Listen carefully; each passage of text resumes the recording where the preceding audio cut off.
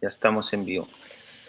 Buenas tardes, buenos días, buenas noches a todos. Hemos vuelto aquí en Barcelona, Reynolds School, con nuestros amigos de México, el doctor Luis Fernando Macías Valle y el doctor Juan Carlos Ceballo. Ay, un segundito, que aquí los presentamos. Hoy día vamos a tocar un tema muy interesante para la gente que quiere ir un poquito más allá, que quiere adentrarse al alma, que le digo yo, cuando nos vamos acercando ya a la base del cráneo. Vamos a hablar sobre la carótida interna, las implicaciones de la anatomía sobre accidentes y lesiones vasculares en cirugía endoscópica.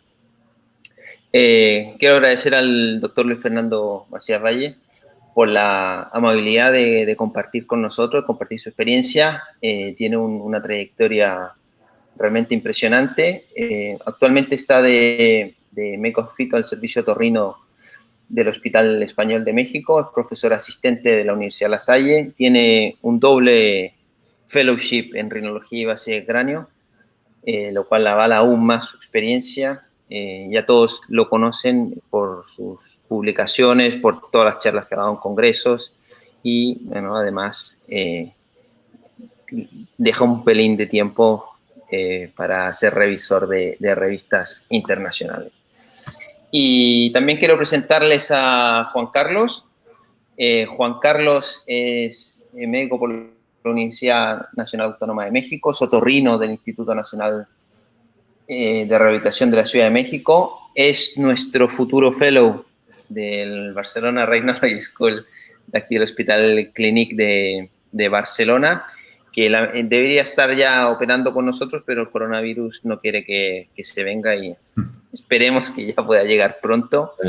Es motivadísimo, estuvo con nosotros compartiendo. La verdad que las cirugías no las miraba mucho porque tenía residentes y visitantes que eran un poco guapas, pero luego encaminó y empezó a conocer a maestros y a interiorizarse en el tema de la base del cráneo. Entonces, la charla la hemos dividido en dos. Primero va a hablar Juan Carlos sobre la anatomía, que es una charla espectacular, y luego va a hablar Luis Fernando, más ya adentrándonos en temas técnicos y clínicos. Juan Carlos, cuando quieras, te doy... Listo. ¿Dónde está mi flecha? ¿Ahí se ve? Espérate. Me perdí la flecha. Aquí tengo. Ahora te doy. Ya estás. Perfecto. Bueno, pues de verdad muchas gracias por esta oportunidad y pues es mi primera vez en una plataforma así. El tema creo que es muy interesante, pero sobre todo contar con la presencia de dos cirujanos, no solo que admiro, sino que tienen una gran experiencia. Estoy seguro que harán de los siguientes minutos un tiempo muy valioso. Y bueno, como todo en cirugía, antes de operar, pues tenemos que dominar la anatomía. Antes de entrar de lleno al tema, quisiera tocar 3 puntos. El primero es que, a pesar de que la mayoría de la patología de esta región requiere de un neurocirujano, los abordajes endoscópicos, que son cada vez más frecuentes, han ido colocando al otorrino en una situación de corresponsabilidad dentro del quirófano. No solo eso, sino que además creo que muchas de las cirugías que hacemos comúnmente son muy cercanas a esta arteria, por lo que si vamos a operar esta región, tenemos que primero dominar la anatomía y irnos quitando la idea de la cabeza de que esta no es nuestra área. El segundo punto, y siguiendo un poco la filosofía de Cristóbal y del canal, es que no queremos apegarnos o establecer ningún dogma y apegarnos a alguna clasificación, sino el día de hoy queremos crear una noción tridimensional del recorrido de este vaso por la base del cráneo con el objetivo de que seamos mejores cirujanos. Y como tercer punto, sabemos que dominar la anatomía, por supuesto que es nuestra mejor herramienta para evitar accidentes, pero nunca estamos exentos de que estos ocurran. Entonces, la siguiente parte de la plática va a estar enfocada en cómo manejar estos accidentes y la importancia de prepararnos bien y de tomar cursos para estar listos siempre para esto. Entonces, bueno, quisiera empezar con esta angiografía porque es un estudio que como otorrinos a lo mejor no estamos acostumbrados a ver, y que si quisiéramos de manera precisa colocar algunas estructuras que conocemos perfectamente, nos costaría un poco de trabajo. Y la idea es que a lo largo de los siguientes minutos podamos ir desmenuzando esta anatomía e ir colocando esta y otras referencias sobre esta angiografía y nos daremos cuenta que realmente no es tan complicado como pudiera parecer. Entonces, la arteria carótida interna sabemos que inicia en la bifurcación carotidia, en C3, C4 o a nivel del hueso oioides y termina cuando esta se divide en una arteria cerebral anterior y una arteria cerebral media. El segmento cervical, que no da ramas, para motivos de esta plática no vamos a hablar de ello. Vamos a enfocarnos en los segmentos que van por la base del cráneo. Y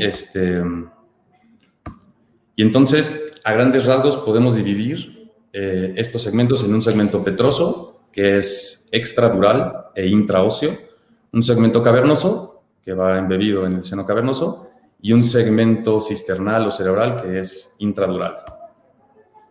Vamos a irnos ayudando de estos esquemas que fueron realizados por un grupo de neurocirujanos y justo para pasar de esquemas de 2D a esquemas 3D.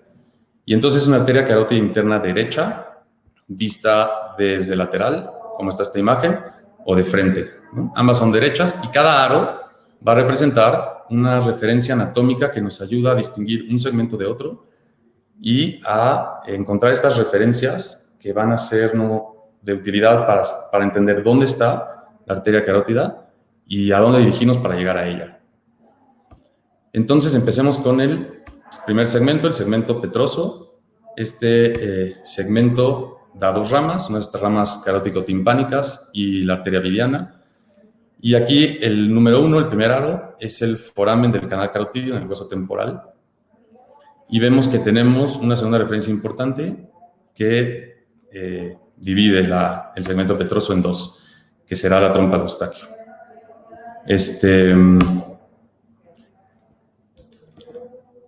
Aquí vamos a ver en este video, es un cráneo y vamos a irnos a la visión inferior. Y si vamos siguiendo el segmento aquí cervical, vemos cómo tiene aquí la entrada en el foramen carotidio y vemos que la trayectoria va a ser de posterior hacia anterior y de lateral a medial hasta que sale por el foramen lacerum o rasgado, ¿no? En el lado derecho lo tenemos con cierta transparencia y vemos esta angulación que hace aquí. Aquí la vamos a ver. Y si quisiéramos nosotros ver qué relación tiene con estructuras del oído interno o del oído medio, entonces vamos a agregarlas aquí. Quitamos parte del hueso temporal y parietal. Y vamos a ver entonces la relación que tiene la cóclea con esta primer rodilla, que van a encontrar escrita en muchos artículos como rodilla.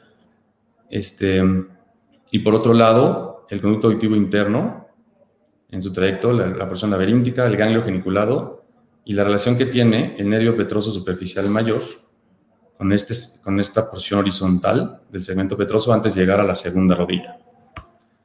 Entonces, pues, regresando a este esquema que habíamos visto en un principio, lo primero que podemos ya entender es que si la dirección es de posterior a anterior y de lateral a medial, pues ya sabemos que este lado es posterior.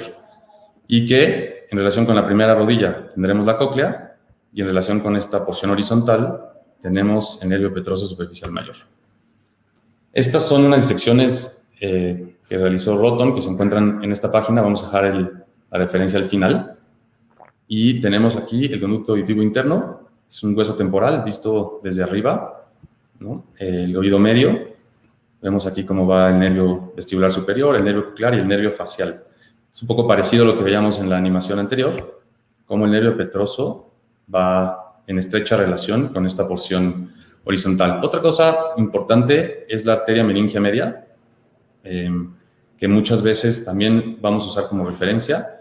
Y si hacemos una especie de zoom out a esta misma imagen, ¿no? Aquí va el nervio facial y el nervio petroso superficial mayor.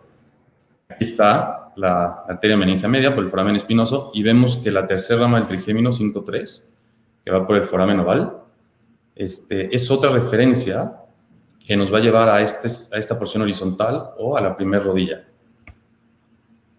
La otra referencia importantísima que tenemos en este segmento petroso, más hacia la segunda rodilla, es el canal del conducto vidiano, el conducto vidiano. Entonces, aquí tenemos un corte coronal. Vemos aquí, por ejemplo, la trompa de Eustaquio, cómo va hacia la primera rodilla. Aquí viene, esta es la segunda rodilla, y vemos el canal vidiano, aquí está el nervio vidiano, y el canal vidiano cómo nos lleva a esta segunda rodilla, ¿no? Ahora, es importante aclarar que había sido hasta hace unos años, se creía que siempre el curso de la arteria carótida en esta porción iba superior al canal vidiano, y que nosotros fresando por debajo de él era una forma segura de hacerlo. Pero realmente, en unos estudios más recientes, se ha visto que hasta en un 7-8% la arteria carótida va a estar o al nivel o inferior al conducto vidiano. Entonces, la importancia de revisar siempre los estudios de imagen, ¿no? Y no confiarnos, porque la anatomía no siempre es constante. Y aquí con el número 2 vemos entonces el nervio vidiano. Regresamos a esta imagen que habíamos visto anteriormente con el nervio facial, el nervio petroso superficial mayor, y que eventualmente cuando se une con las fibras simpáticas sale el nervio vadiano por el conducto vidiano. Vemos otra vez aquí el foramen oval con la tercera rama del trigémino, y acá el foramen redondo con 5-2, que es otra referencia que podemos usar para llegar a esta región. Este es un corte sagital, y nuevamente empezamos a ver aquí parte de la arteria carótida y el nervio vidiano ahí, ¿no? Entonces, ya vamos creando una noción un poco espacial de la importancia de este conducto. Esta cirugía la realizó justo Cristóbal hace unos días, y justo está toda la disección del nervio vidiano aquí, cómo nos lleva a este siguiente segmento que vamos a ver ahorita, ¿no? al segmento lacerum que tenemos aquí, y el segmento paraclival, que es lo que vamos a ver a continuación. Para terminar, es importante estos conceptos. ¿Qué referencias entonces nos sirven aquí también? La trompa de Eustaquio está descrita cuando trabajamos sobre todo en neoplasias de cabum o de nasofaringe, la disección de las trompas y del cartílago a la base del cráneo, o la fosa de Rosenmüller, que sabemos que está adherida a la base del cráneo por la membrana faringobacilar, que eventualmente esta membrana se fusiona con todo el tejido fibrocartilaginoso que ocluye el foramen lacerum. Sabemos que por ahí no pasa nada. Entonces, la disección del cartílago de las trompas de Eustaquio y de esta fascia nos lleva justo al agujero rasgado, al foramen lacerum, y con seguridad a este segmento. Entonces nos lleva a dar paso a la siguiente parte, que es el segmento cavernoso. Ahora, el segmento cavernoso, para ser más precisos, lo podemos dividir en tres. En un segmento lacerum, un segmento paraclival y un segmento paracelar, que los tenemos aquí. La importancia de esto es que el segmento lacerum es extracavernoso para empezar, y la adventicia de la arteria carótida a ese nivel se fusiona con este material fibrocartilaginoso que ocluye el agujero rasgado. Entonces es importante trabajarla aparte, porque todos estos conceptos tienen que tener en cuenta para su disección. Entonces, si regresamos a estas imágenes tridimensionales que teníamos antes, este era el segmento petroso, y agreguemos este pequeño segmento que es el lacerum. Entonces, inicia cuando emerge la arteria del hueso temporal, y termina en este aro 3, que hace referencia al ligamento petrolingual. Es importante entender que el ligamento petrolingual realmente es posterior. Entonces, es una referencia para abordajes transcraneales. Nosotros, en abordajes transnasales, tenemos que tomar esta curvatura como la referencia, ¿no? Aquí está el foramen lacerum y la curvatura. Si la viéramos por atrás, entonces es el ligamento petrolingual. Para verlo un poco más claro, en esta animación tenemos un hueso esfenoides y hemos quitado el hueso temporal. Entonces vemos cómo viene el segmento aquí cervical, la entrada, el segmento petroso con el número 2 y el segmento lacerum con el número 3 y el ligamento petrolingual, ¿no? si nosotros estamos en cirugía endoscópica, venimos justo del otro lado. Entonces, lo que vamos a usar nosotros es la curvatura que vemos en esta región para dar paso a ese segmento. Y ya sabemos que entonces la adventicia de la carótida tiene esta estrecha unión y fibrosis, y tenemos que tener más cuidado en su disección. Esta es otra visión lateral, como si hubiéramos un abordaje transcraneal, y aquí tenemos el ligamento petrolingual, ¿no? Esta es otra imagen, vista como una vista aérea. Tenemos aquí la porción petrosa, el nervio petroso superficial mayor, que se convierte en el vidiano, o el canal vidiano, ¿no? y el ligamento. Pasamos al segmento paraclival. Este segmento, el límite anatómico es el ápex petroso, pero nuevamente nosotros en un abordaje transnasal no vemos nosotros el ápex petroso, entonces nuestro límite endoscópico va a ser el piso de la eminencia celar. Y en esta región cruza el sexto par. Entonces, esta es otra imagen en una disección coronal. Vemos cómo viaja el sexto par, pasa siempre lateral a la arteria carótida en su segmento paraclival, y nosotros vamos a hacer la distinción entre el segmento clival y celar justo cuando veamos la eminencia de la hipófisis o celar. Entonces, regresando a esta angiografía, pues ya sabemos que justo a este nivel va a pasar el sexto par. Entonces vamos a pasar entonces a la porción que sí es intracavernosa, y nosotros vamos a dividirla en paraclival, debajo de la hipófisis, y paracelar. Ahora, pasando al segmento paracelar, podemos ser todavía más precisos y podemos dividirlo en un segmento paracelar, cuando justo va paralelo a la hipófisis, un segmento esfenoidal, que es el que realmente nosotros llegamos a ver en endoscopía, y un segmento clinoideo.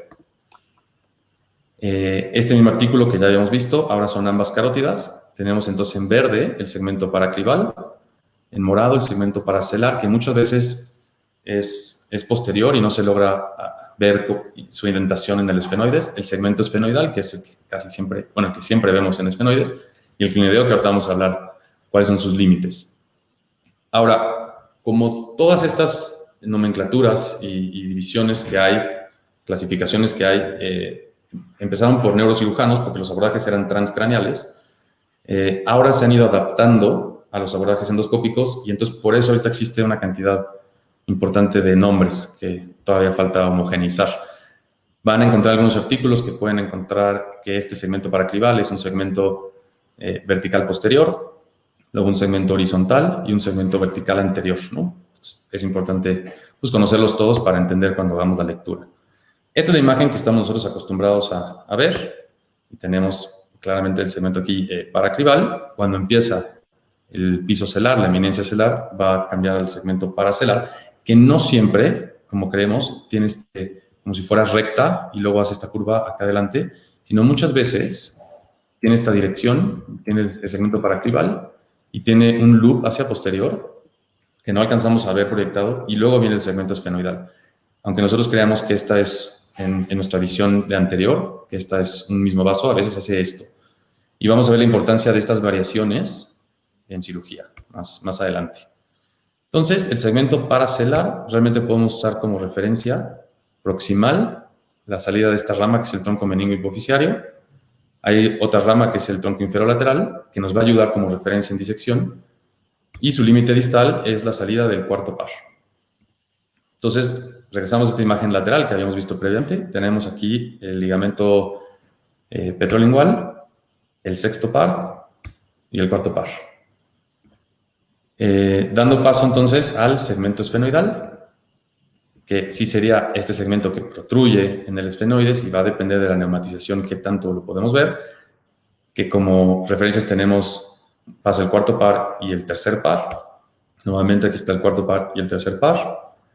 Y si regresamos a esta animación, es importante poner atención cómo el sexto par, que es el número 12, tiene un recorrido bastante largo hasta pasar lateral a la arteria carótida, junto con el cuarto y el tercero. Si quitamos la dura, podemos ver cómo estos tres van a salir por la fisura orbitaria superior a este nivel, y van a ser referencias sobre todo cuando queremos trabajar en el seno cavernoso.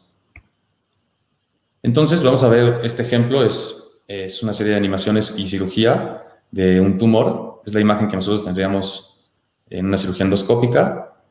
Y tenemos un tumor que va creciendo y a pesar de que va deformando y alterando la anatomía y las estructuras como las conocemos, aún así vamos a seguir usando las referencias que hemos visto, el nervio ovidiano, mientras se va disecando el tumor, tenemos que buscar el nervio ovidiano. A veces tenemos que ayudarnos de una arteria, la arteria palato-vaginal, que la podemos cauterizar y nos va a llevar justo a la salida del nervio ovidiano, el cual podemos seguir y nos va a dar un primer límite, ¿no? Aquí está ya disecado, como veíamos en la primera cirugía. ¿Qué otra diferencia tenemos? La segunda rama del trigémino, que sabemos qué dirección tiene y a dónde nos lleva, y entonces vamos nosotros limitando nuestro tumor. Si quisiéramos ir hacia superior, ya hemos visto que a ese nivel tenemos el tercer par y el sexto par, ¿no? Entonces mismo, vamos nosotros disecando, siguiendo nuestras referencias, y vamos cuidando todas esas estructuras importantes. Si vamos hacia superior, bueno, vamos a buscar el ligamento interclinoideo, podemos buscar también parte del tercer par craneal. Y si quisiéramos nosotros, por ejemplo, en un tumor que se extiende hacia posterior, y recordamos cómo viajaba el sexto par, ¿no? En nuestro video anterior, por acá, pues igual nosotros lo vamos siguiendo y lo vamos usando como referencia para que tengamos esta disección segura y sepamos cómo vamos dentro de nuestro seno cavernoso y cuidando nuestra arteria carótida, ¿no? Entonces, lo importante de esto es que las referencias que usamos no solo son en un paciente sano o en cadáver, sino que se usan en patología importante. Y pasando a la última parte del segmento cavernoso, es el segmento clinoideo, que va a estar limitado por el anillo dural proximal y el anillo dural distal. Entonces, digamos que el segmento cavernoso va del ligamento petrolingual al anillo dural distal. Y, regresando a esta imagen, los anillos durales son repliegues de dura madre. Aquí lo vamos a ver, hay uno proximal, uno distal, entre estos, el segmento clinoideo. Distal empieza ya el segmento intracerebral, que muchas veces lo dividen en un segmento oftálmico, que sería el número 6, por la salida de la arteria oftálmica, que vemos por acá, que acompaña al nervio oftálmico, al nervio óptico, y un segmento comunicante, que va de la arteria comunicante posterior hasta que se divide en la arteria cerebral anterior y media. Ahora, nosotros en una visión transnasal, ¿qué referencias vamos a usar? Bueno, antes de eso, un poco repasando lo que hemos visto, sabemos que si es el segmento paraclival, tenemos entonces un segmento paracelar, claramente ahí estaría nuestra hipófisis, luego un segmento esfenoidal, que tiene este recorrido anterolateral, pues es empujado por la neumatización del esfenoides hacia lateral, y ahí estaría el seno esfenoidal, ¿no? Y entonces vamos a ver, un poco recapitulando, que tenemos este segmento cervical o parafaringio hasta el canal carotidio en el hueso temporal, un segmento petroso, un segmento, ven aquí el ganglio pterigopalatino y el canal vidiano, ¿no? Que nos lleva a esta segunda rodilla, un segmento lacerum, un segmento paraclival, paracelar y nuestro segmento clinoideo, que los anillos durales justo son repliegues de dura madre y que nuestro límite, cuando veamos en la visión transnasal, es justo el receso óptico carotidio lateral. Entonces, la porción proximal del receso nos va a dar la referencia del anillo dural proximal y la distal del anillo dural distal. Y nosotros sabemos que a este nivel puede haber todavía senos venosos. Si nosotros abrimos la dura en esta región, tendremos sangrado venoso, pero si nosotros la abrimos distal al anillo dural distal, tendremos líquido cefalorraquídeo. Y ya para terminar esta parte como anatómica, quiero mostrarles estas últimas dos vistas. Esta es una vista como si estuviéramos sentados dentro del seno esfenoidal derecho, del seno esfenoides derecho, viendo hacia lateral, ¿no?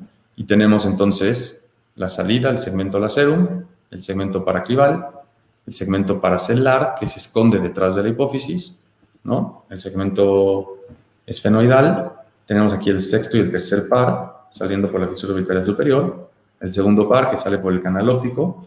Acá abajo tenemos el foramen redondo, que lleva a la segunda rama del trigémino, Entonces vemos cómo estas referencias son constantes y son de utilidad para siempre tener una noción espacial. Esta última es una visión aérea. Tenemos arriba la pantalla anterior, aquí está el seno esfenoides, aquí adentro, ¿no? Esto es la fosa craneal posterior y tenemos el segmento petroso. Vean del lado, izquierdo de la pantalla, tenemos aquí la arteria meningia media, ¿no? Cercana, aquí ya está disecada. La tercera rama del trigémino por el foramen oval. Aquí está el nervio trigémino, el foramen redondo que viene por aquí con 5-2. El sexto par, el tercer par, que eventualmente se invierten, ¿no? El tercer par pasa superior y el cuarto inferior, pero a esta región va cuarto y tercer par. Tenemos la hipófisis con todo el segmento cavernoso, la porción paraclival, la porción paracelar, la porción esfenoidal, el anillo dural proximal y distal con el segmento clinoideo y el segmento óptico con las arterias ópticas. Y a lo mejor lo habrán visto en la plática, pero si no lo han visto a lo largo de diferentes imágenes o disecciones, que no siempre tiene la misma forma. Toda esta porción extraósea, y hay varios estudios al respecto y mediciones, se ha visto que a grandes rasgos se puede dividir en 4. Desde una arteria carótida tortuosa hasta una recta, y el tipo 4 es asimétrica. La importancia de esto, más que nada, es que sepamos que esta trayectoria varía, que mientras más tortuoso, más riesgo hay de lesionarla, pues más en contacto estrecho está con la carótida, que si vamos a entrar a esta región, las distancias que logramos medir entre ambas nos van a dar también el margen de seguridad que tenemos para trabajar. Pero aunque no vayamos a entrar a la dura, tenemos que tener una noción clara de cómo es el trayecto de la arteria carótida, si es que tenemos idealmente un estudio contrastado, pero si no, podemos realizar la construcción. Les vamos a pasar esta liga para que al final la idea es que todos puedan jugar con estas reconstrucciones en tercera dimensión y hagan una noción espacial y repasen lo que hemos visto hoy. Y nosotros en quirófano tenemos en vivo el Doppler, que realmente no se altera como podría alterarse la imagen en un neuronavegador. En vivo vemos la dirección y la localización de las arterias para poder entonces hacer una incisión segura en la dura y tener siempre un margen de seguridad con esto. Y bueno, a grandes rasgos se ha escrito que en una cirugía de base de cráneo, la lesión de la arteria carótida interna puede ir del 0.4 al 1.4%. Este aumenta en abordajes extendidos, en tumores más grandes, hasta el 9%, y por eso la importancia de esta siguiente parte de la plática que va a dar el doctor Macías cuando esto se presenta. Fenomenal, Juan Carlos. Dime. Espectacular la charla. Yo creo que es una charla muy profunda, lo suficientemente profunda para poder iniciarse en el estudio de la arteria carótida, que realmente es arduo de estudiarlo, de tenerlo conceptualmente en 3 dimensiones para aplicarlo luego en la cirugía. Pero excelente charla y Gracias. Tienen que revisar estos vídeos varias veces para interiorizarlo. Ahora damos paso al profesor Luis Fernando Macías Valle, que nos va a deleitar con su charla. Lo importante, ¿qué hacemos cuando tenemos algún desastre, pequeño susto dentro del quirófano? Muchísimas gracias. ¿Ahí pueden ver mi pantalla? Sí, perfecto. Perfectísimo. Pues antes que nada, un agradecimiento tanto al doctor Langdon como al doctor Ceballos por la invitación. Definitivamente todo lo que vieron previo a lo que vamos a platicar ahorita, pues es el fundamento para, de cierta manera, en los casos obviamente en los que es posible, evitar este tipo de cuestiones en las que pues no nos queremos ver envueltos y que tienen un impacto en la morbimortalidad de nuestros pacientes. Sin embargo, ese conocimiento anatómico, ese repaso es algo que probablemente tengamos que hacer constantemente porque hay variaciones y hay situaciones en las que nos pone a prueba muchas veces el paciente cuando tenemos que hacer procedimientos, y no hay nada como tener un entendimiento anatómico de donde estamos trabajando, precisamente para evitar complicaciones y, si las hay, para saber manejarlas. Entonces, excelente plática, y vamos a aterrizar un poco toda esta situación de conocimiento ya en el contexto de un sangrado, evidentemente teniendo en cuenta la arteria carótida interna como principal, como la reina, pero pues de todos los vasos que puedan existir en la base de cráneo y que tienen un manejo que es muy distinto a lo que nosotros podemos estar acostumbrados como otorrinolaringólogos o como cirujanos endoscópicos, ya que se requiere de una interacción, se requiere de un equipo verdaderamente multidisciplinario entre todas las personas que estamos dentro del quirófano, que incluye evidentemente a nuestros colegas neurocirujanos, a los anestesiólogos, al personal que nos ayuda dentro del quirófano como instrumentistas, circulantes. Realmente esta es una situación que requiere un esfuerzo de equipo para que los resultados que tenga el paciente, pues evidentemente sean los mejores considerando las situaciones que puedan haber sucedido. Entonces, en términos generales, pues como hemos visto y de manera fantástica, como lo ha estado ahora proyectando cada vez más el doctor Langdon con esta iniciativa en un medio virtual que tiene un alcance obviamente importante y que se trata de hacer de una manera pues probablemente menos estricta que en una presentación, a lo mejor en algún otro tipo de congreso, y donde se pueda abrir a discusión las cosas, pues creo que es importante el que este tipo de temas igual se tomen en cuenta, porque tarde o temprano a las personas que trabajamos en esta zona, pues se nos va a presentar una situación de estas. Y pues esto tiene que ver evidentemente con pues el crecimiento exponencial que ha habido a todos los abordajes extendidos a la base de cráneo por vía endoscópica, pues prácticamente en los últimos 15, 20 años, con un desarrollo importante en los últimos 10. Aquí realmente lo que vemos es una representación esquemática que es muy común y que vemos en varias de las presentaciones de este tipo de temas, donde vemos en la fotografía del lado izquierdo es una representación sagital de estos abordajes popularizados por el grupo de Pittsburgh. Aquí falta nada más sería el transfrontal, tenemos transcreviforme, tenemos transplano, transesfenoidal, transpituitario, el transclival, transodontoideo. Y obviamente, ¿qué es lo que nos hace? Obviamente, el que trabajemos en una zona o en confines donde rompemos los límites que nosotros normalmente tenemos como otorrinolaringólogos o cirujanos endoscopistas de cavidades perinasales, pues que nos encontremos con vasculatura que a lo mejor en algunos momentos no estamos tan familiarizados o que nos puede parecer ajeno. Evidentemente, este tipo de visiones son cada vez más frecuentes, y para las personas que nos dedicamos a esto y conforme se va popularizando, pues vamos teniendo que familiarizarnos con este tipo de visiones, donde pues evidentemente de alguna otra forma no podríamos tener si no tuviéramos ese trabajo en conjunto con nuestros colegas neurocirujanos. Entonces, pues evidentemente en abordajes extendidos, como se puede ver el tallo pituitario, el quiasma óptico, se puede ver perfectamente el segmento A1 de la cerebral anterior, cisterna subquiasmática, de este lado en un abordaje transclival la basilar. Entonces, al final del día, pues no nada más es una estructura o no son estructuras vasculares que podríamos tener en mente como la arteria carótida, que la podemos ver en un abordaje a un esfenoides, sino ciertos vasos que evidentemente vamos a estar cada vez más expuestos dependiendo de los alcances que tengamos en el conjunto, en el grupo de personas con el que trabajemos.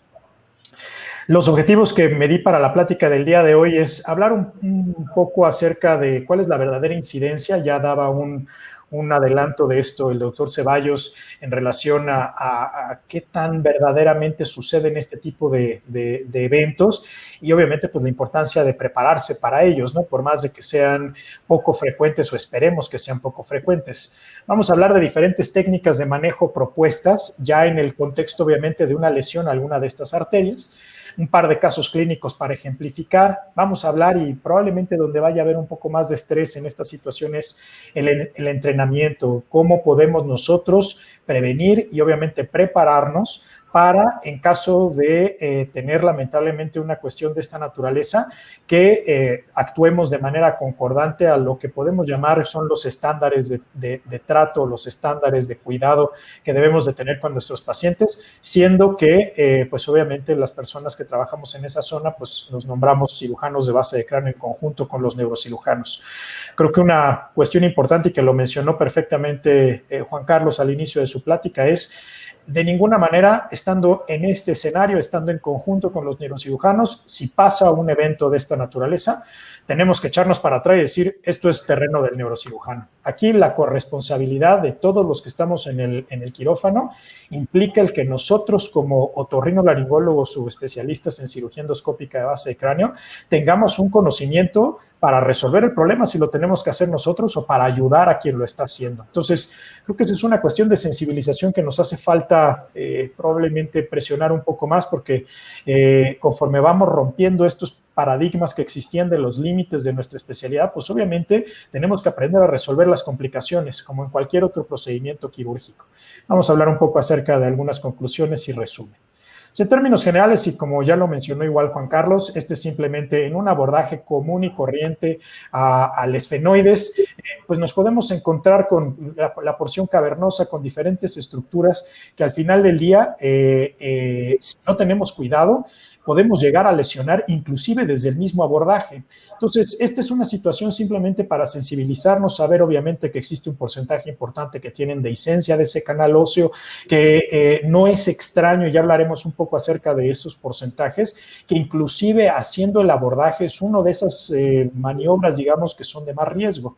Entonces, realmente, ¿qué tan frecuentemente sucede esto? Esta es una revisión reciente de la Universidad de Weill Cornell, del grupo del doctor Schwartz y de Vijay Anand, que tienen obviamente muchísima experiencia en cirugía de base de cráneo como neurocirujanos, y en un análisis retrospectivo pues de 12 años, lo que encontraron fueron que de 800 casos realmente tuvieron 4 casos de lesión, lo que equivale al 0.5% que ya mencionaba previamente Juan Carlos. Sin embargo, esta es una situación importante y a lo mejor en esta diapositiva no se alcanza a ver muy bien, pero el objetivo simplemente, esta es la descripción del mismo artículo, y lo importante es saber que el diagnóstico principal de prácticamente toda esta serie o de todas estas series de donde se sacan la información son abordajes celares. Y evidentemente, aunque no deja de existir riesgo, el riesgo con abordajes celares es menor a cuando se hacen abordajes extendidos, como vamos a ver un poco más adelante. Como ya mencionábamos previamente, cuando se hacen abordajes extendidos para, por ejemplo, cordomas o condrosarcomas, estas son publicaciones ya añejas, pero que nos hablaban un poco de cuál era la diferencia y que nosotros lo veíamos, obviamente, en la prevalencia de este tipo de situaciones. Cuando hay abordajes extendidos de esta naturaleza, se incrementan todos los factores de complicación, como puede ser la presencia de un déficit neurológico, ahí dejando a un lado, obviamente, la paresia del sexto par, que como ustedes bien sabrán, muchas veces de verlo nada más hace algunas parálisis, paresias, lesiones, pero bueno, déficit neurológico de otro origen, tasas de fístula de líquido cefalorraquídeo mucho más altas a las que probablemente podamos tener en la actualidad, recordando que estas son publicaciones de 2006, 2009, pero hasta el 20%, y con tasas de ruptura, obviamente, de carótida interna hasta el 5%. Realmente, ¿en qué está basado mucho de lo que nosotros tenemos como base de nuestra información, como lo primero que se empezó a hacer con esos abordajes extendidos que salieron de la Universidad de Miami con el doctor Casiano en conjunto con el grupo de neurocirujanos, que es hablando de mediados de los 90s hacia finales de los 90s?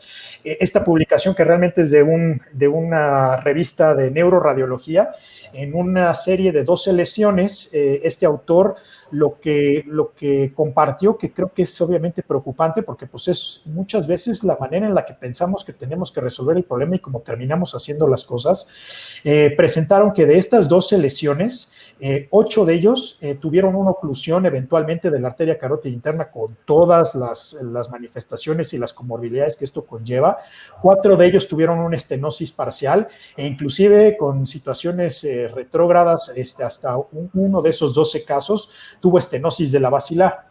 Probablemente la conclusión más importante de este estudio y la base de muchas de las situaciones de investigación que se han hecho para saber cómo nos tenemos que comportar ante una lesión de esta naturaleza es que el sobreempaquetamiento contribuye de manera importante a la morbimortalidad del paciente.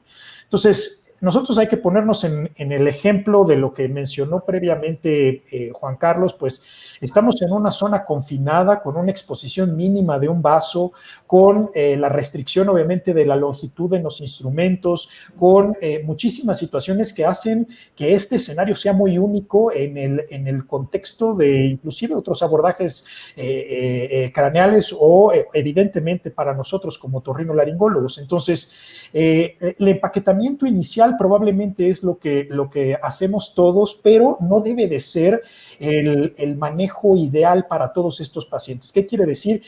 No debe de ser la manera en la que tratemos de restablecer el flujo de esa arteria con un cierre que se le puede considerar primario para poder llevarlo a donde verdaderamente se va a resolver el problema, que es una suite de radiología, en donde se haga un procedimiento endovascular, en donde ya sea aplicando algún tipo de coil o reconstrucción, se pueda obviamente cerrar ese vaso. Pero nuestra obligación, junto con el equipo neuroquirúrgico que estamos en el quirófano, es obviamente facilitar la permeabilidad de ese vaso, contener evidentemente el sangrado, que puede ser catastrófico en cuestión de menos de minutos, y poder trasladar al paciente para que tenga un tratamiento definitivo. En cuanto a las técnicas que se han propuesto y lo que hay en revisiones, obviamente, de la literatura, existen cuestiones que obviamente son poco factibles o que nos suenan lejanas, como reportes de sutura directa de la lesión, que realmente la publicación que hay en relación a esto simplemente hablaban de la reconstrucción con una exposición amplia, con una tumoración, pero no es una situación que con facilidad se pueda realizar por los limitantes que yo acabo de mencionar. Existen un par de reportes en la literatura específicamente de coagulación bipolar. Aquí hay que tener un poco de problema porque obviamente la coagulación bipolar sobre la arteria carótida tiene sus limitantes, y todos nuestros colegas de cabeza y cuello que hacen cirugías extendidas de cuello obviamente son los primeros en tener experiencia de esta naturaleza, y lo que hay reportado en la literatura para poder hacer una coagulación bipolar directa tiene que ser una lesión que no sea mayor a 2 a 3 milímetros, y en la literatura realmente hay 2 casos reportados de 29 donde se intentó como único tratamiento y donde fue exitoso. Entonces, no es una técnica que podamos nosotros enseñar o que podamos nosotros obviamente sugerir como ideal. La reconstrucción del vaso, que obviamente es utilizando estos clips que se ven de este lado, que nosotros no estamos tan acostumbrados, que realmente es para terapias endovasculares, los neurocirujanos los utilizan de manera regular y que permite obviamente el cierre de la arteria con un flujo o una permeabilidad de flujo. Se ha intentado, hay estudios reportados en la literatura, un par de la Universidad de Adelaide, donde yo hice mi subespecialización, y depende mucho de la exposición del vaso, pero definitivamente también es uno de esos elementos que cuando se hacen cursos, pues se da pie a que se practiquen para evidentemente estar familiarizado con esta situación.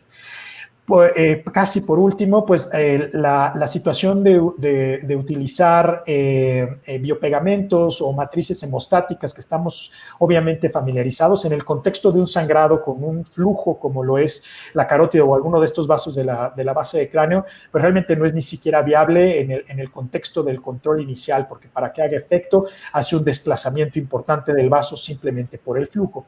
Entonces, obviamente, todas estas no son opciones específicas. El empaquetamiento, como mencioné en un principio, siempre para descubrir la zona inicial de sangrado es importante, pero no debe de ser nuestro manejo final en el momento, simplemente tratar de taponar al paciente y ya derivarlo a un tratamiento endovascular, porque las posibilidades de que nosotros hagamos una oclusión y tengamos evidentemente una situación de morbimortalidad importante con el paciente, pues se incrementan.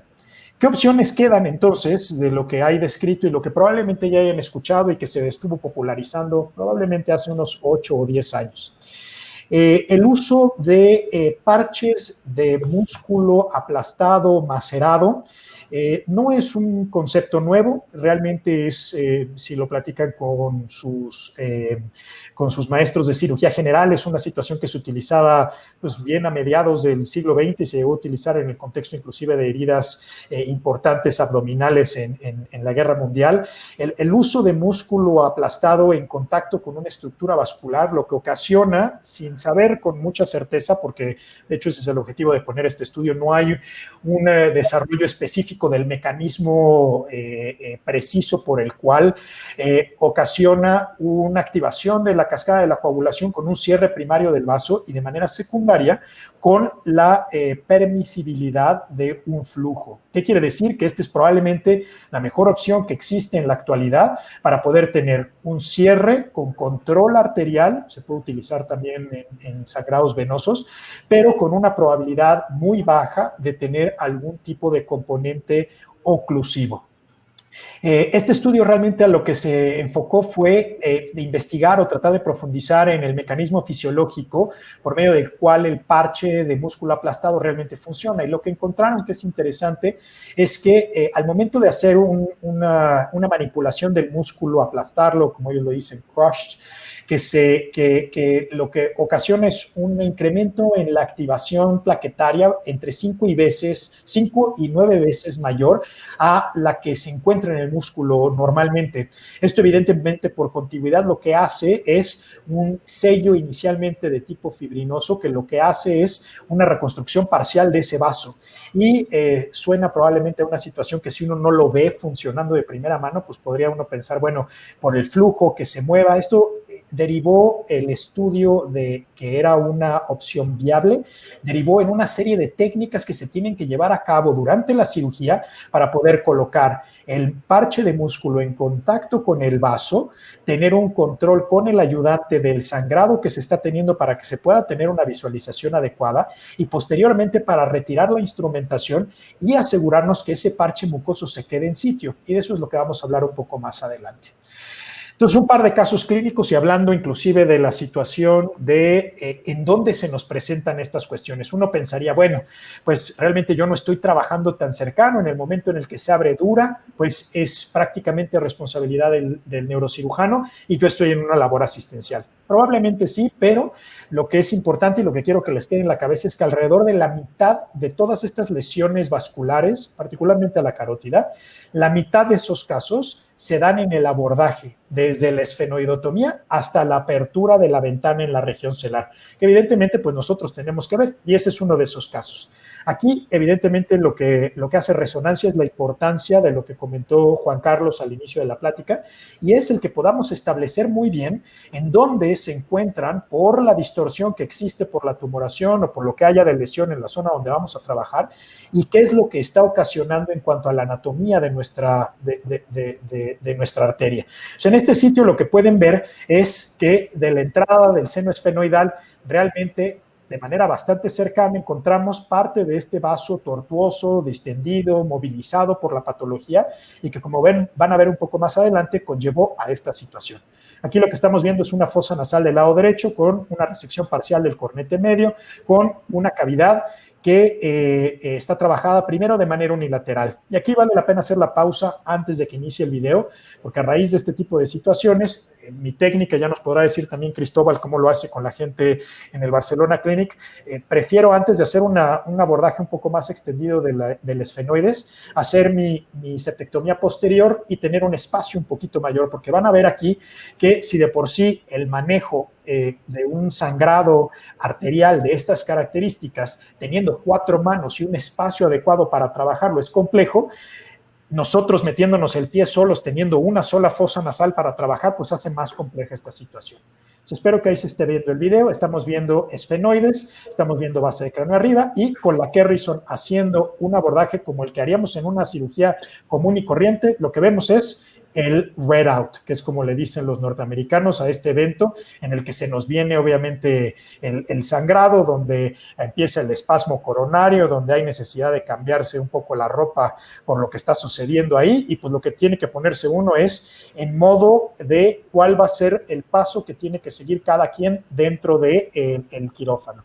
Pues como están viendo aquí, como lo mencioné en un principio, lo primero es el empaquetamiento para poder tener un control y poder hacer una toma del músculo, que normalmente en mi caso, cuando entro con el grupo de neurocirujanos donde trabajo aquí en México, preparamos para sacar fascia lata para reconstrucción normalmente, entonces el muslo ya está preparado y de ahí se puede sacar muy rápido el músculo. Y aquí lo que están viendo es acercando con una técnica con el aspirador que se llama, es una técnica de sobrevolar o de tener el vaso orientado a la zona donde estamos, donde está el sangrado para tratar de visualizarlo, y lo que se está haciendo es, con la pinza de Blakesley, se está poniendo en contacto con la zona de sospecha de la lesión para que obviamente tenga su activación. En este caso tuvimos la ventaja de que se controló el sangrado, se pudo mantener ahí obviamente el músculo aplastado, se llevó a un endosuite y obviamente aquí se ve el sitio de la lesión, se pudo hacer una terapia endovascular y dado a que no hubo ningún tipo de estenosis del vaso, realmente no hubo ningún tipo de daño, ningún tipo de morbilidad asociada a esta situación y se pudo meter a cirugía, fueron 12 semanas después del incidente. Este es otro caso con mayor exposición en un cordoma clival recurrente, con un tamaño importante del lado izquierdo, con una compresión a tallo cerebral importante. Y aquí realmente lo que van a ver en el video donde yo me dirijo es ver cómo parte de la vasculatura, empezando inclusive por las arterias vertebrales y posteriormente con la basilar, van teniendo una distorsión por el crecimiento obviamente de la tumoración. Y esta es una de las cuestiones, ahí estamos justo encima de donde está el vaso, y esta es la cuestión, ya trabajando con el neurocirujano, utilizando un elemento de radiofrecuencia para hacer la destumorización, pues empieza a haber un movimiento en donde creeríamos, le voy a poner stop, donde creeríamos que estamos en un lugar seguro. Realmente parecería que estamos en el centro de la lesión, tenemos nuestros límites laterales en la parte más inferior para la carótida y en esta parte posterior, obviamente, eventualmente para tener la basilar. Entonces, se van a fijar cómo, en este caso que fue el neurocirujano, haciendo un movimiento, pues parecía que estaba en un sitio que fuera seguro, pero lo que no se contaba era con la modificación que tenía esa arteria vertebral del lado derecho que se encontraba de manera tortuosa en el trayecto donde estaba trabajando el neurocirujano. ¿Qué es lo que se hace? Se hace compresión, el ayudante obviamente asiste con el aspirador tratando de hacer una dirección del flujo arterial lejos de nuestro endoscopio. Entonces, lo que hace es dejar un espacio, poder aspirar para que obviamente el cirujano o la persona que está aplicando el parche lo pueda poner directamente en contacto sobre el vaso y posteriormente se hace contratracción para que se pueda retirar el elemento, la pinza que se utilizó para poner el músculo en contacto con la lesión. Posteriormente se puede obviamente reconstruir, en este caso como ya se habían abierto diferentes estructuras, lo que se hizo fue del colágeno nasoceptal que se tenía, se volvió a colocar en el sitio, utilizando también hay algunos sustitutos de dura y se llevó al paciente a terapia endovascular y también se tuvieron buenos resultados con esto. En términos importantes, ¿cómo nos podemos preparar si nosotros tenemos una circunstancia de estas en el quirófano y no hemos tenido ningún tipo de experiencia previa? Pues realmente no es el momento de estar experimentando y estar tratando de hacer las cosas. Lo ideal, uno de los primeros modelos que surgió también de la Universidad de Adelaide fue el entrenamiento con un modelo animal. Sobre todo, se utilizaron en un principio con un modelo porcino y se utilizó con un modelo inyectada a la cabeza, que es lo que se utiliza en algunos lugares en Estados Unidos, como en Pittsburgh o en la Universidad de California del Sur, en donde se pone una bomba, donde obviamente se pueden manipular algunas de las cuestiones hemodinámicas y se recrea en un escenario, pudiera ser más bien cadavérico, el que haya este sangrado. con toda franqueza, este modelo, que es el que se lleva haciendo más de 10 años en la universidad y que he tenido la oportunidad de hacerlo aquí en la Ciudad de México hace un año y que se ha hecho en la Universidad de McGill y que se ha hecho en Chile también, tiene diferentes situaciones que facilitan el entendimiento y obviamente la reacción que uno tiene como cirujano al momento de tener este tipo de evento. Se utiliza un modelo ovino porque tiene similitudes hemodinámicas y es un modelo animal que se puede resucitar agresivamente con líquidos, que nos permite obviamente mantener al espécimen vivo. Tiene un tamaño adecuado con un volumen circulante adecuado y podemos nosotros reproducirlos con fines endoscópicos y las limitantes de las que estábamos hablando, y les voy a mostrar un poco más adelante. Aquí podemos ver del lado izquierdo de la pantalla una disección del cuello, obviamente, de la oveja. Se coloca un modelo tridimensional que lo que nos permite es tener una imagen, y ahorita van a ver un poco más adelante. Se pone un modelo de una impresión 3D de una cabeza que tiene un septum con una fosa nasal izquierda y derecha, y lo que nos permite es tener al animal controlado hemodinámicamente y tener un modelo de látex donde podemos nosotros practicar esta situación. Este es el curso que tuve el privilegio de organizar el año pasado, y por aquí creo que está Juan Carlos, que también asistió y nos estuvo ahí ayudando, donde tuvimos obviamente al doctor Worm como invitado, al doctor Saltis y algunos miembros más de las personas que él han entrenado, pero fue el primer taller de lesiones vasculares que se ha hecho en México. Esta es más o menos la imagen que tienen las personas que realizan el entrenamiento. Este es el silástico con el que vieron que se cubría la arteria. Se puede reproducir desde el hecho de que se tenga que fresar esa zona. Se abre utilizando una pinza de Kerrison y realmente lo que se tiene es el vaso expuesto para poder utilizar todo este número de técnicas que yo les comenté en el momento en el que se hace una lesión. Por motivos del video, realmente lo que se coloca es se hace un clamp de la arteria para colocar y hacer una lesión importante de la misma. Se libera y obviamente lo que tenemos pues es reproducción muy fehaciente a lo que ustedes vieron en los dos videos con pacientes reales. Y aquí obviamente entra todos estos factores que se tienen que practicar para que en el caso que se nos presente esta cuestión sepamos cómo trabajar. Entonces, realmente, pues tenemos que tener un conocimiento anatómico muy importante de toda esta región y por eso estresar la importancia de la plática que dio Juan Carlos al principio. Tenemos, obviamente, que hacer una evaluación muy adecuada del paciente de riesgo. Tenemos que anticiparnos y prevenir que esta es una cuestión que nos puede suceder, de tal forma que nunca está de más platicar con la gente con la que trabajamos, si han hecho algún tipo de curso. Y en ese curso realmente estaban los neurocirujanos con los que yo trabajo actualmente, entonces facilita mucho el que sepamos cómo vamos a hacer las cosas si es que sucede alguna situación de estas que no queremos. De igual manera, es importante que el personal que trabaje con ustedes en la sala de cirugía, en el quirófano, pues tenga ese mismo entrenamiento, que se tenga una plática con nuestro anestesiólogo, que es primordial en el manejo de este tipo de lesiones, porque pues por ahí existiría la noción de decir, bueno, no, pues que le baje la presión para que yo pueda ver de dónde está sangrando, y realmente lo que queremos es al revés, lo que queremos es asegurar la perfusión. Entonces, son ciertos pasos y ciertas situaciones que a lo mejor ahorita con un poco de restricción del tiempo ya no ahondamos más, pero pues nos dará para tener charlas de este tipo un poco más adelante. Por último, invitarlos, si es que el COVID nos da permiso, el próximo año tenemos programado volver a hacer el taller vascular aquí en la Ciudad de México y sería un placer tenerlos por acá, que visiten la ciudad y que tengamos obviamente un intercambio académico de estas características. Creo que por mi parte es todo. Vuelvo a agradecer tanto a Cristóbal como a Juan Carlos la invitación. No me queda la menor duda que Juan Carlos va a ser un digno representante de nuestro país y esperamos con ansias que haga su entrenamiento, pueda regresar a la Ciudad de México y pues que empecemos a trabajar en equipo las personas que nos gusta esto y que trabajamos en esta situación sin dejar a un lado, obviamente, que tenemos la obligación con todas las personas que nos siguen de continuar un entrenamiento y obviamente propagar esta situación que tenemos el beneficio de obtener en otros lados.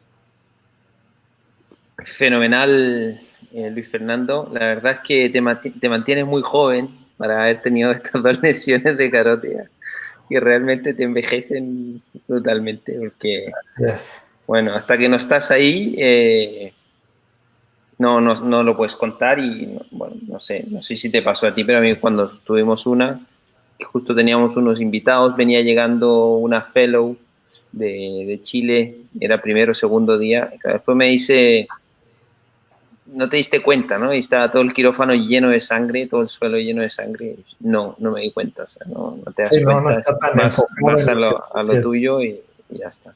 Exactamente. Pero fenomenal la charla, yo creo que las explicaciones, todo el proceso que hay que vivir, el proceso mental que hay que tener para empezar a desarrollar este tipo de cirugía, lo has dicho y lo has pautado paso a paso. Yo creo que es importante, uno, que lo reforzaste mucho, el concepto de equipo. Yo creo que nadie trabaja solo, todos trabajamos en equipo y aprovecho de este medio para decirle a todo el mundo que se quiere iniciar y que si necesita ayuda de todo, que por lo menos por mi parte, me imagino que por ustedes también, que cuenten con nosotros para preguntas, para cosas, tienen los contactos y yo creo que por cómo somos nosotros, encantados de participar y al final, mientras más gente sepa, mientras más gente sea experta, más podemos ir avanzando, porque si no, si hay 3 expertos, no se avanza. Tenemos que ser todos expertos, pero de verdad, o sea, tenemos que apoyarnos para seguir avanzando, que yo creo que nos queda mucho Totalmente de acuerdo. por seguir avanzando. Fenomenal. No sé si hay preguntas, yo creo que las 2 charlas han sido fenomenales, no hay muchas preguntas, solo felicitaciones a ambos 2. No sé si alguien se quiere preguntar. A ver si nos podemos ver en México en tu Sí, curso. estaría fenomenal que ya te tendremos por acá de invitado. Sí. Y la verdad es que Juan Carlos estuvo muy involucrado en el curso y aunque no salió de mi programa de residencia, la verdad es que siempre estuvo muy cercano a eso y cada que ha dado un paso y que se le han abierto oportunidades con ustedes y todo, pues me da más esperanza de que haya más gente que podamos trabajar en conjunto y que tengamos obviamente una colaboración real, ¿no? Y que eso siempre hace falta, siempre se puede mejorar y que creo que paso a pasito lo podemos hacer, pero ahí estaremos y con gusto te tendremos por acá en algún momento. Sí, es súper. Bueno, creo que no hay más preguntas. Llevamos una horita de charla. La verdad que les agradezco por ser tan puntuales con temas tan extensos. Y hacerlo en el tiempo es fenomenal. Yo creo que también hay que respetar el tiempo de la gente. Y en una horita han resumido y han demostrado lo que son años de experiencia, de estudio. Así que muchas gracias a los 2. No, Y espero tenerlos en un futuro cercano nuevamente hablando, compartiendo otras áreas dentro de la nariz y la base del cráneo. Y bueno, los dejo continuar con su día allí. Aquí en Barcelona está terminando. Ustedes creo que están a mitad del día, así que bueno, muchas gracias. Muchísimas gracias. Agradezco. Cuídense mucho. Muchas gracias a todos. Muy bien. Hasta luego. Hasta luego. Espera un segundo.